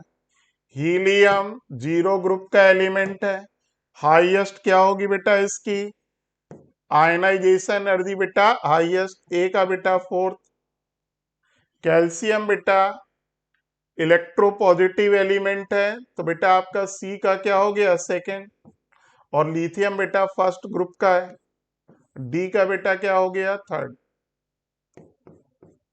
हालांकि डी का बेटा सेकंड भी हो सकता है, ठीक है ना, लेकिन चूंकि डी के लिए थर्ड ऑप्शन अवेलेबल है तो कैल्शियम को एक ऑप्शन देना है तो बेटा सेकंड हो गया। चेक कर लो, ए का 4, बी का सेकंड, सॉरी बी का फर्स्ट होगा भाई, बी का फर्स्ट, ए का 4, बी का फर्स्ट, सी का बेटा सेकंड, डी का थर्ड, 74 का बेटा 4। पीरियोडिक टेबल से देख लीजिए आप। फिर देखिए बेटा बहुत अच्छा क्वेश्चन है, 4 रिएक्शन एक साथ रिवाइज हो रही। देखो बेटा Br2H2O का मतलब ये बेटा HOBr बनाएगा। HOBr टूट के क्या देगा, HO माइनस Br प्लस। लगाइए बेटा मार्कोनिकॉफ रूल, ठीक है ना। हालांकि बेटा मार्कोनिकॉफ रूल कोई रूल नहीं है, इसमें क्या देखा जाता है, स्टेबिलिटी ऑफ कार्बोकेटाइन। ठीक, तो अब देखो ये इलेक्ट्रोफिलिक एडिशन है। ठीक, पहले कौन अटैक करेगा, Br प्लस। देखो बेटा अगर Br प्लस यहां जोड़ते हैं तो सेकेंडरी कार्बोकेटाइन बनेगा, और अगर यहां जोड़ते हैं तो टर्सरी कार्बोकेटाइन बनेगा। तो आपका बेटा Br प्लस यहां जुड़ेगा। ठीक, तो क्या बनेगा, टर्सरी कार्बोकेटाइन, और फिर बेटा OH माइनस यहां जुड़ेगा। तो ये वाली रिएक्शन आपकी बिल्कुल सही है, क्योंकि यहाँ पे कार्बोकेटाइन किस डिग्री का बनेगा, 3 डिग्री का। Stability of carbocation. और वैसे भी देखो मार्कोनिकॉफ को फॉलो कर रहा है। निगेटिव पार्ट OH माइनस उस कार्बन से अटैच करिए, निगेटिव पार्ट उस कार्बन से बेटा अटैच करिए जिसके पास नंबर ऑफ हाइड्रोजन बेटा कम होते हैं।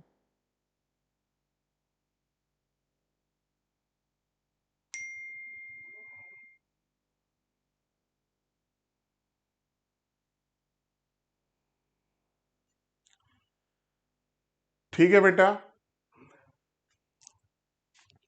तो यहां पे बेटा अगर आप अपना negative part sorry electrophile attack कराते हो तो कार्बोकेटाइन आपका बेटा क्या बनेगा, टर्सरी। ठीक, तो मार्कोनिकॉफ को बेटा फॉलो करा, देखो यहां पर हाइड्रोजन है, यहां पर बेटा कोई हाइड्रोजन नहीं है, यहां पर है तब भी वैसे ही बनेगा। अब देखो यहां पर बेटा परऑक्साइड इफेक्ट है बेटा, ठीक है ना। परऑक्साइड इफेक्ट केवल और केवल बेटा किस पे फॉलो करता है, HBr में। तो यहाँ HBr है, तो परऑक्साइड इफेक्ट काम कर रहा। परऑक्साइड में बेटा इंटरमीडिएट फ्री रेडिकल होता है जो बेटा रीअरेंज नहीं होता है। तो यहां पर सिंपली एंटी मार्कोनिकॉफ का एडिशन करना है।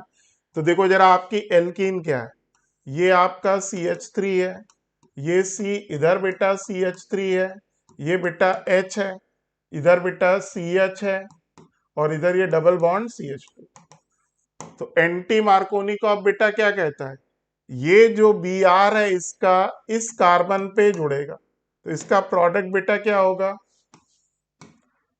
CH3, इधर बेटा CH3, इधर H, इधर CH2, इधर CH2Br। ये बेटा आपका प्रोडक्ट होगा, जबकि आपको ये प्रोडक्ट दिया है गलत। ये प्रोडक्ट कब बनेगा, अब्सेंस ऑफ परऑक्साइड।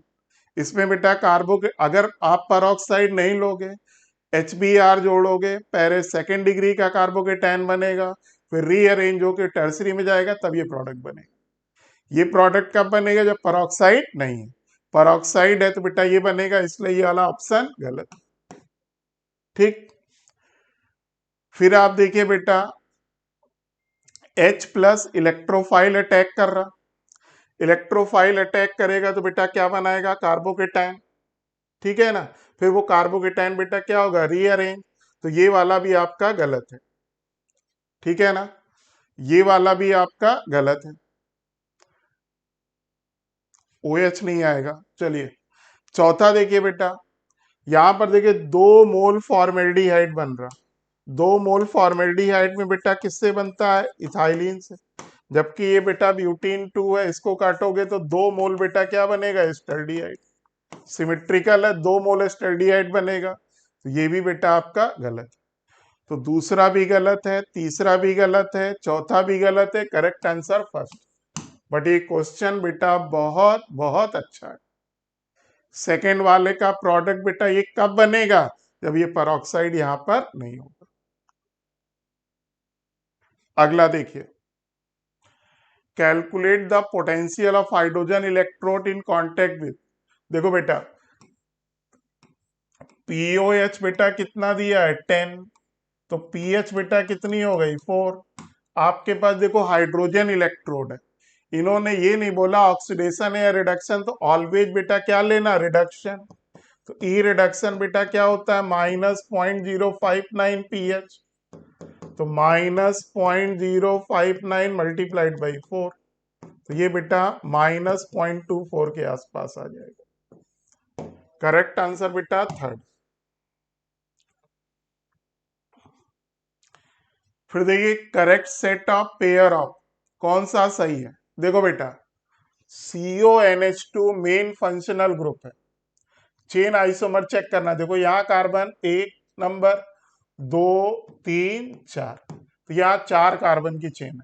इसमें देखो बेटा 1 2 3 4 5, इसमें 5 कार्बन की चेन है, इसमें 4, तो बेटा ये चेन आइसोमर। यहाँ देखो बेटा ये फिनॉल है और ये बेटा बेंजाइल एल्कोहल है, इसको बेटा हम लोग एरोमेटिक एल्कोहल बोलते हैं। ये बेटा आपका फिनॉल है, ये बेटा आप इन दोनों को हम लोग क्या बोलते हैं, फंक्शनल आइसोमर बोलते हैं। तो ये होमोलोगस गलत है, ठीक है, ये होमोलोगस गलत है। ये बेटा फिनॉल है, ये बेटा एरोमेटिक एल्कोहल बेंजाइल एल्कोहल है, तो बेटा इन दोनों में फंक्शनल आइसोमेरिज्म होती। फिर देखिए बेटा ये RC double bond OR dash है, तो देखो ये आपका R है बेटा, ये R डैश है। दूसरे में बेटा क्या कर रहे हैं, R' C double bond O, तो देखो ये बेटा एस्टर ग्रुप है, ठीक है ना, ये बेटा एस्टर ग्रुप है। जब एस्टर ग्रुप के इन दोनों एल्काइल की पोजीशन डिफर करती है, डिफरेंट होते हैं, तो बेटा मेटामेरिज्म होता है, तो इनमें मेटामेरिज्म है, ये गलत हो गया। फिर देखो बेटा यहाँ पर ये बेटा क्या है, ब्यूटेन है, और ये साइक्लोब्यूटेन है, इसमें कोई आइसोमेरिज्म नहीं है, ठीक है ना। अगर ये ब्यूटीन टू होती तो एल्कीन और साइक्लो एल्केन बेटा आपके रिंग चेन आइसोमर होते थे, यहाँ कोई आइसोमेरिज्म नहीं। ये 4 कार्बन की बेटा क्या है, एल्केन है, एल्कीन होता ब्यूटीन होता तब ये बेटा साइक्लोब्यूटेन, तब तब रिंग चेन आइसोमेरिज्म हो जाता। तो करेक्ट आंसर इसका बेटा फर्स्ट।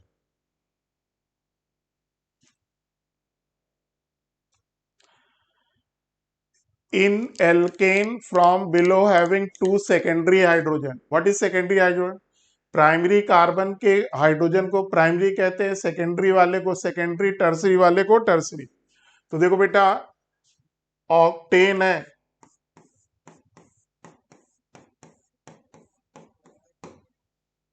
ये बेटा ऑक्टेन हो गया। 4 पे बेटा इथाइल हो गया, 3 पे डाई मिथाइल हो गया,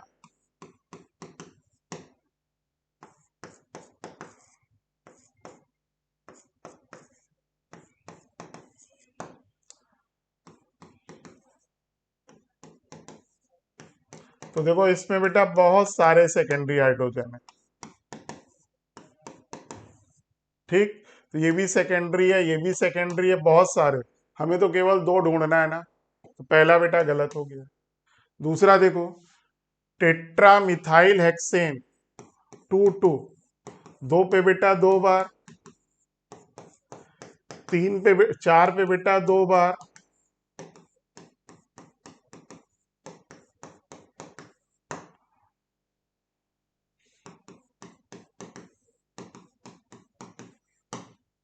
अब देखो यहां पर बेटा ये 2 डिग्री का है, ये 2 डिग्री का है, तो 4 हाइड्रोजन हो गए इसमें। बाकी देखो ये प्राइमरी है, प्राइमरी है, प्राइमरी है, प्राइमरी है, प्राइमरी है, प्राइमरी है, और ये बेटा क्वाटरनरी है, तो ये भी नहीं है बेटा।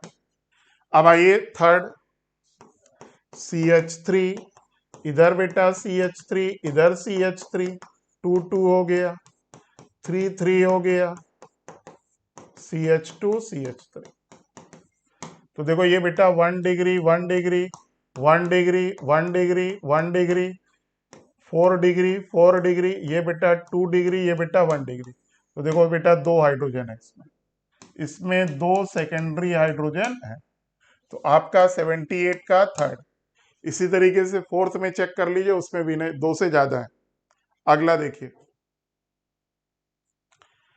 Which is an incorrect matching, lysine basic amino acid बेटा सही है, सिस्टीन सल्फर कंटेनिंग है ये भी सही है, aspartic acid acidic amino acid ये भी सही है, प्रोलाइन बेटा ये सब एमिनो एसिड से अलग है, सब एमिनो में बेटा प्राइमरी एमीन ग्रुप होता है, इसमें बेटा सेकेंडरी एमीन ग्रुप होता है।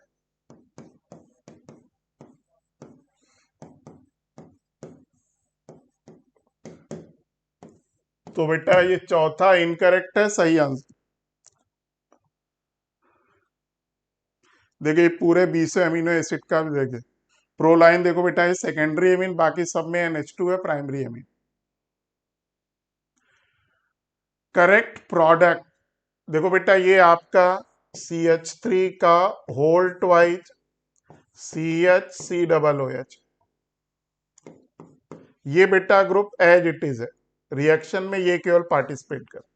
पहले स्टेप में देखो क्या करा रहे हैं, LiAlH4 स्ट्रॉन्ग रिड्यूसिंग एजेंट, ये बेटा क्या करता है, कार्बोक्सिलिक एसिड को ये बेटा ग्रुप एज इट इज किसमें कन्वर्ट कर देता है, प्राइमरी अल्कोहल में। अब देखो अल्कोहल की रिएक्शन बेटा किससे करा रहे हो, PbR3 से, PbR3 से कराओगे तो बाकी ग्रुप वैसे ही, यहां बेटा क्या आ जाएगा, Br आ जाएगा। फिर बेटा इसकी आप रिएक्शन किससे करा रहे हो, KCN से, न्यूक्लियोफिलिक सब्स्टिट्यूशन, तो बेटा क्या बनेगा, CH3 का होल ट्वाइज CH2CN हो गया। फिर आप सबको मालूम है साइनाइड की हाइड्रोलिसिस पे क्या बन जाता है, कार्बोक्सिलिक एसिड।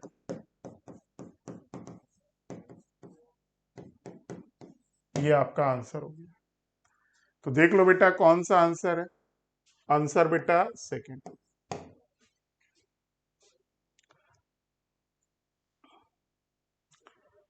फिर देखिए 81 मैचिंग का है, aniline aromatic amine diazo test देती है, डाइजोटाइजेशन एजो डाई टेस्ट, ये बेटा बेंजीन डाइजोनियम क्लोराइड के साथ aniline para amino azo benzene बनाता है, जिसका स्पेसिफिक कलर होता है डाइज बनती, N methyl aniline secondary aromatic amine N methyl aniline, ये बेटा HNO2 से रिएक्ट करके क्या बनाती है, ऑयली लिक्विड बनाती है, तो इसका आंसर बेटा बी का थर्ड। ठीक, फिर N di methyl aniline HNO2 से बेटा इलेक्ट्रोफिलिक सब्स्टिट्यूशन देती है, पैरा पे बेटा क्या आ जाएगा, नाइट्रोसो, तो जब N di methyl di methyl HNO2 से रिएक्ट करेगा तो बेटा इसके इलेक्ट्रोफाइल इसमें क्या होगा, इलेक्ट्रोफाइल होगा NO+ और यहां पर बेटा पैरा पे अटैक कर देगा, तो सी का बेटा क्या हो गया, सेकेंड। और देखो बेटा गैब्रियल थैलामाइड से कौन सी एमीन बनाते हैं, प्राइमरी एमीन, लेकिन प्राइमरी में भी कौन, एलिफैटिक, एरोमेटिक नहीं बनाते, तो बेंजाइल एमीन आपकी प्राइमरी एलिफैटिक एमीन है, क्योंकि इसमें NH2 बेटा डायरेक्ट रिंग से जुड़ा नहीं। तो गैब्रियल थैलामाइड का जो सेकेंड स्टेप न्यूक्लियोफिलिक सब्स्टिट्यूशन होता है, वहां पर हम बेंजाइल क्लोराइड ले सकते हैं बट क्लोरोबेंजीन नहीं ले सकते, तो एनिलीन इस मेथड से नहीं बनती है, लेकिन बेटा बेंजाइल एमीन चूंकि प्राइमरी एलिफैटिक है बन जाएगा। तो देखो बेटा ए का कौन सा हुआ, फोर्थ, फर्स्ट एंड फोर है बेटा, बी का बेटा कौन सा हुआ, थर्ड, वी भी फर्स्ट एंड फोर में है, सी का बेटा कौन सा हुआ, सेकेंड, तो आंसर बेटा क्या हो गया, फोर, और डी का बेटा फर्स्ट, तो इसका correct answer four.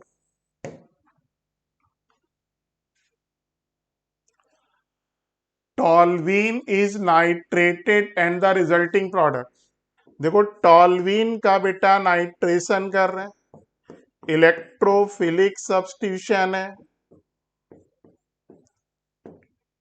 Major product बेटा क्या होगा, आर्थो एंड पैरा। एक सेलेक्ट करना हो तो हम लोग बेटा क्या सेलेक्ट करते हैं, पैरा। ठीक, अब देखो इन्होंने क्या किया, प्रोडक्ट ऑप्टेन इज डाइजोटाइज, HNO2 से रिएक्ट किया, फिर बेटा CuBr2 से रिएक्ट कर रहे हैं, तो जहां बेटा NO2 है ना, NO2 की जगह पहले क्या आएगा, N2 प्लस Cl माइनस, फिर जब इसका बेटा CuBr2 से रिएक्शन कराओगे तो बेटा उसकी जगह क्या आ जाएगा, Br, तो NO2 की जगह बेटा क्या आ जाएगा, Br। तो देखो यहाँ CH3, यहाँ बेटा Br, यहाँ CH3, यहाँ बेटा क्या आएगा, Br। तो ये आपका प्रोडक्ट है। आंसर बेटा क्या होगा, mixture of ortho and para bromo toluene. तो 82 का बेटा सेकंड।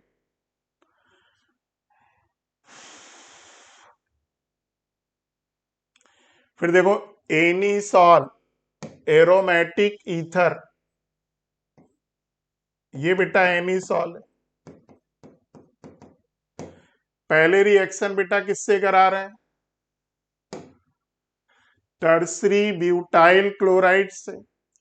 अटैकिंग रिएजेंट क्या होगा बेटा, टर्सरी ब्यूटाइल कार्बोकेटाइन, रिएक्शन का नाम क्या है, फ्रिडिल क्राफ्ट एल्काइलेशन।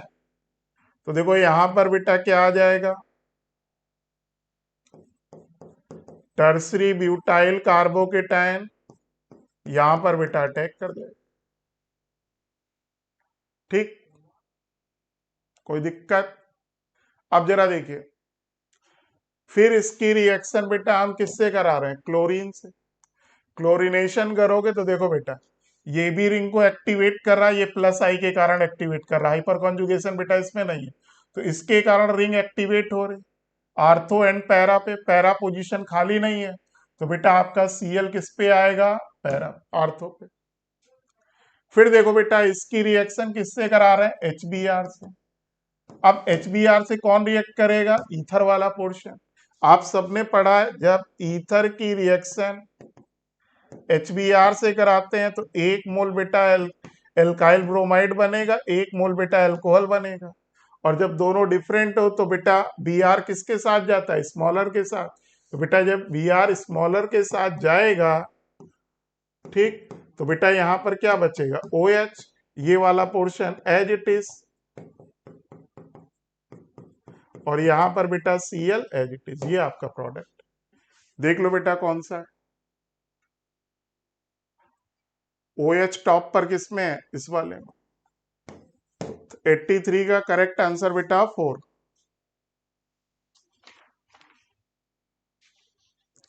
अगला देखिए, देखो फर्स्ट स्टेप में बेटा फ्रिडिल क्राफ्ट एल्काइलेशन हुआ, आर्थ्रो पे टर्सरी ब्यूटाइल कार्बोकेटाइन जुड़ेगा, और बेटा पैरा पे, लेकिन चारों ऑप्शन में देखो बेटा पैरा दिख रहा तो आर्थो वाला छोड़ दिया हमने।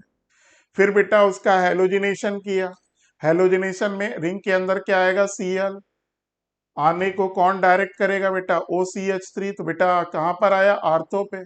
फिर HBr से कराया तो ईथर वाला पोर्शन HBr से रिएक्ट करके एल्कोहल और एल्काइल ब्रोमाइड बना लिया, तो इसका साइड प्रोडक्ट क्या होगा बेटा, CH3Br।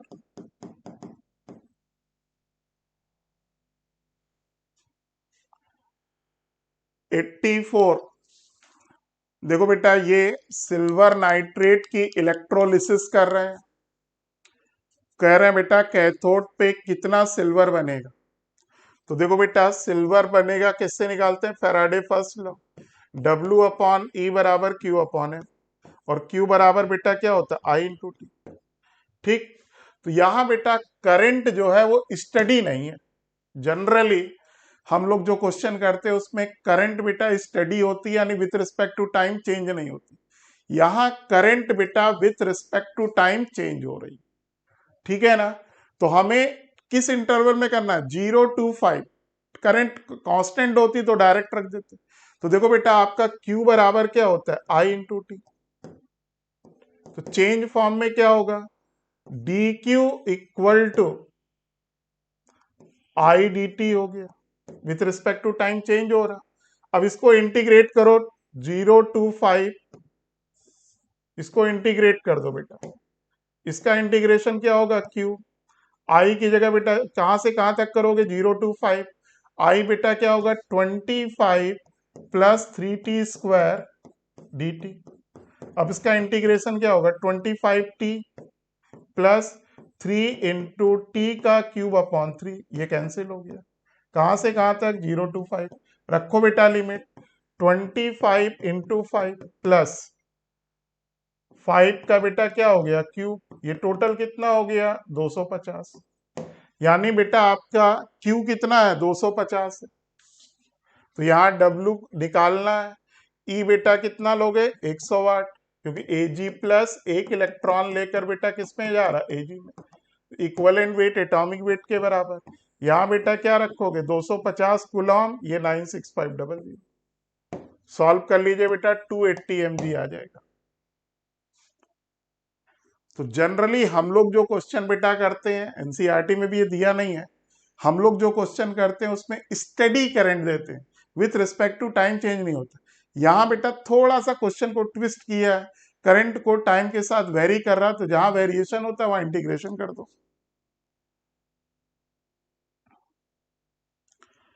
85 5 ml गैस, एक हाइड्रोकार्बन है CXHY, इसको बेटा आप जला रहे हो तो क्या मिलेगा, XCO2 Y/2H2। बस इसी सॉल्व कर लो। देखो इसके 1 ml से इसका कितना बन रहा, x ml, इसका कितना बन रहा, Y/2 ml। तो देखो बेटा एक से कितना x, तो देखो 5 ml हाइड्रोकार्बन से 15 ml CO2 बन रही है। तो बोलो 1 ml से कितना बना, 3 ml। तो क्लियरली क्या दिख रहा, x बराबर बेटा कितना है, 3 होगी। 3 कार्बन है। अब हाइड्रोजन देखो, 5 ml से वाटर बेटा कितना बन रहा, 20 ml। तो बोलो 1 ml से कितना बना, 4 ml। तो आपने कितना बनाया बेटा, y/2, इन्होंने कितना बनाया 4, तो y बराबर कितना हो गया, 8। तो 85 का आंसर बेटा फर्स्ट। और अगर यही बेटा आपका, अगर यही बेटा 3 ml बनता, यानी यहां 15 होता, तब बेटा आंसर थर्ड हो जाता। अगला देखिए, magnetic moment of KO2, potassium peroxide या O2, sorry super oxide, O2 minus. देखो बेटा O2 में 2 अनपेयर्ड इलेक्ट्रॉन होते हैं, सबको मालूम होगा। O2 16 में बेटा 2 अनपेयर्ड इलेक्ट्रॉन, तो 17 O2 माइनस में कितना, एक अनपेयर्ड इलेक्ट्रॉन होगा, ठीक। और एक अनपेयर्ड इलेक्ट्रॉन है, तो मैग्नेटिक मोमेंट क्या होगा, 1 1 + 2 √3, √3 बेटा कितना होता है, 1.732, 86 का सेकंड। अगर ये O2 में पूछता तो यहां बेटा 2 अनपेयर्ड इलेक्ट्रॉन होते, तब √4 × 2 8 हो जाता। Complex compound whose central atom is +1, और बेटा उसकी कोऑर्डिनेशन नंबर 2 है। देखो कोऑर्डिनेशन नंबर 2 में आयनाइजेशन हो नहीं सकती, हाइड्रेटेड हो नहीं सकती, ज्योमेट्रिकल के लिए मिनिमम 4 चाहिए। तो बेटा लिंकेज आइसोमेरिज्म पॉसिबल है। अगर आपका मोनोइडेंटेड है, दो अगर लिंकेज एम्बिडेंटेड है, मतलब 2 साइड्स हैं अगर, तो दो एक बार एक से लिंक करो, एक बार एक से, तो बेटा आपकी लिंकेज आइसोमेरिज्म पॉसिबल है। 87 का सेकंड। देखो जैसे ONO है उसमें पॉसिबल हो जाएगा, ठीक है। चलिए, zinc act as a sacrificial और cathodic protection to prevent rusting of iron, because simple सी बात है, आयरन के ऊपर Zn की कोटिंग करते हैं, क्योंकि जिंक का ऑक्सीडेशन पोटेंशियल बेटा क्या होता है, ज्यादा। Zn gives Zn double plus +2 electron, इसका ऑक्सीडेशन पोटेंशियल बेटा होता है +0.76 वोल्ट, जबकि बेटा iron Fe double plus +2 electron, इसका बेटा ऑक्सीडेशन पोटेंशियल होता है आई थिंक प्लस 0.44 वोल्ट होता है। ठीक, तो चूंकि जिंक का ऑक्सीडेशन पोटेंशियल ज्यादा है तो आयरन के ऊपर Zn की कोटिंग होगी तो Zn बेटा ऑक्सीडाइज होकर ZnO बना लेगा, आयरन आपका जंग लगने से बच जाएगा। तो बेटा कौन सा आंसर? सेकेंड। 89 देखो 0.44 है। 89 देखो, di methyl glyoxime is use for the test of nickel ion. Nickel के साथ बेटा ये रेड कलर देता है। ठीक, ये बनाता है निकेल के साथ NiDMg का होल ट्वाइस। ठीक है बेटा, इसका स्ट्रक्चर कुछ इस तरीके का होता है। ये नाइट्रोजन है।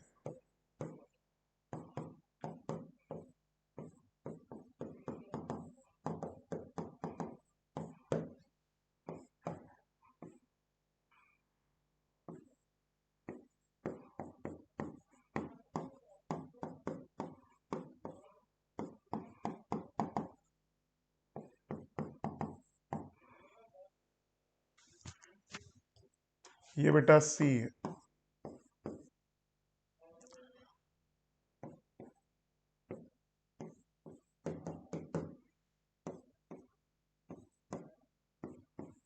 ये इसका स्ट्रक्चर होता है, रेड कलर का प्रेसिपिटेट देता है।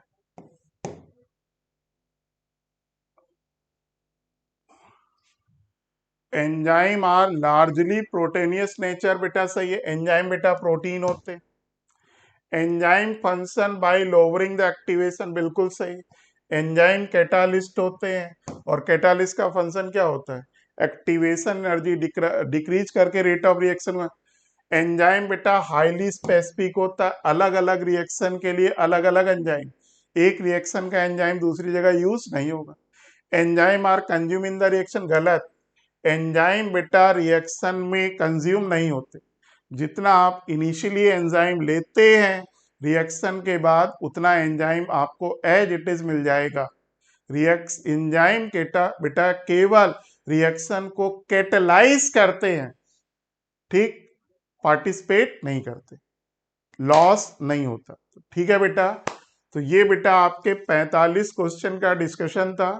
हमने और संजीव सर ने बेटा मिलकर आपके 45 क्वेश्चन डिस्कस किए। उम्मीद करते हैं कि बेटा इस पेपर के रिगार्डिंग जो भी आपकी क्योरीज होंगी वो हम दोनों लोगों के डिस्कशन से बेटा आपकी रिमूव हो जाएगी। ओके बेटा, थैंक यू।